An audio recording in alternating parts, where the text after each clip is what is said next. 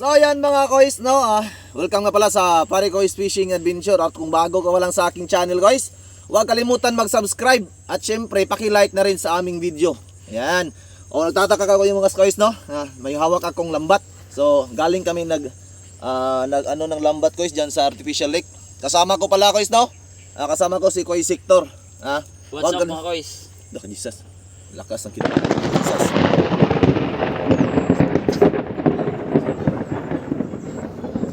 So mga kois, parang pinicturean tayo ng langit. So mga kois, huwag kalimutan mag-subscribe. At syempre mga kois, meron tayong mga huli. Yan, dito yung huli natin kois. At syempre, meron tayong malaking nahuli yan kois. Yan. So napakalaki niyan kois, napakaangas tol, napakaangas. Yan, so sulit yung maglalambat namin kayo na kois kasi nasa mga 3 kilos or siguro lampas mga 3 kilos or 4 kilos yung kuha namin. Kaso lang,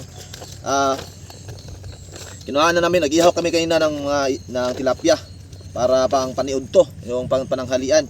So ayan mga kois, no, ito na, kasi hapon na, hindi ako nakabideo kanina pag huli namin kasi walang nagbibideo sa, tatlo lang kami.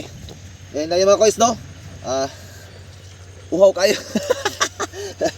Yan mga kois, huwag kalimutan mo kois, pakishare na rin sa aming video, sa aking video. At syempre, abang-abangan nyo mga kois, marami pa kaming pupuntahan na mga lugar na lalo na sa mga artificial lake or mga unexplored lake. So pupuntahan natin yan at manghuhuli tayo ng mga ilang isda at tingnan natin kung mayroon bang mga klaseng isda ang nakatira doon sa lake na yun.